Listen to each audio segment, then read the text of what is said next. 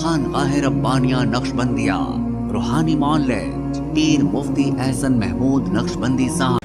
اب دیکھیے تقدیر کے حوالے سے مومن اور کافر کے عقیدے میں کتنا فرق ہے۔ ایک تقدیر کے حوالے سے جو تقدیر مسلمان کی ہوئی کافر کی ہوئی، لیکن فرق دیکھیے فرق کیا ہے تقدیر کے حوالے سے۔ ایک کافر انسان بیمار ہوتا ہے، اب وہ ڈاکٹر کے پاس جاتا ہے، ڈاکٹر کے پاس جا کے اس کی وجہ سے علاج کرو۔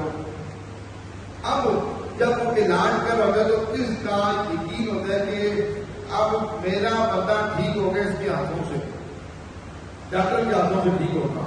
اگر اس کو کوئی فرق نہ کیا تو ڈاکٹر کی غفلت کی وجہ سے لگے گا، چنانچہ وہ فوت ہو جائے تو وہ کافر کیا کہتا ہے کہ دیکھو نا، اس ڈاکٹر کی لاپرواہی کی وجہ سے ہوا، اس کی دھیان نہ دینے کی وجہ سے ہوا، اس کا صحیح دوائی نہ دینے کی وجہ سے ہوا، اس کا علاج صحیح نہ کرنے کی میرا بندہ مر گیا۔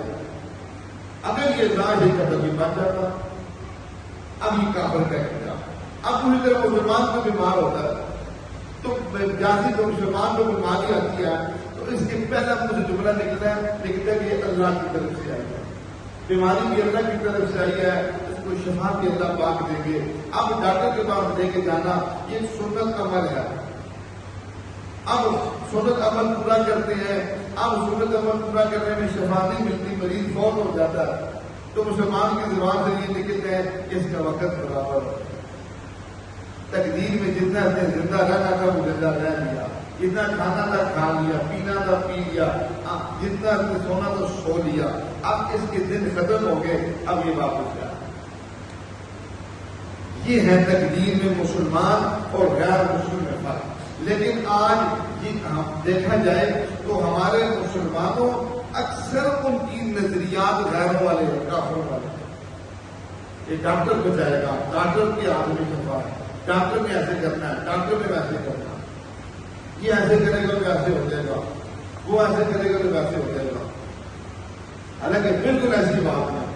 اس لیے ہمیں اس چیز کا احتیاط رکھنا چاہیے کہ جو عقیدہ، جو سوچ تقدیر کے بارے میں کافر کی ہے وہ مسلمان کی نہیں ہونی چاہیے۔ مسلمان کو اللہ پاک نے ایک مضبوط نظام دیا ہوا ہے، اس کے مطابق کرتے رہے تو اس وقت پھر جا کر یہ ایک مسلم اور غیر مسلم کے اندر امتیاز ہوگا۔ ہمارے ہاں جادو، جنات، بندش اور نظر بد کا شافی علاج قرآن و سنت کی روشنی میں کیا جاتا ہے۔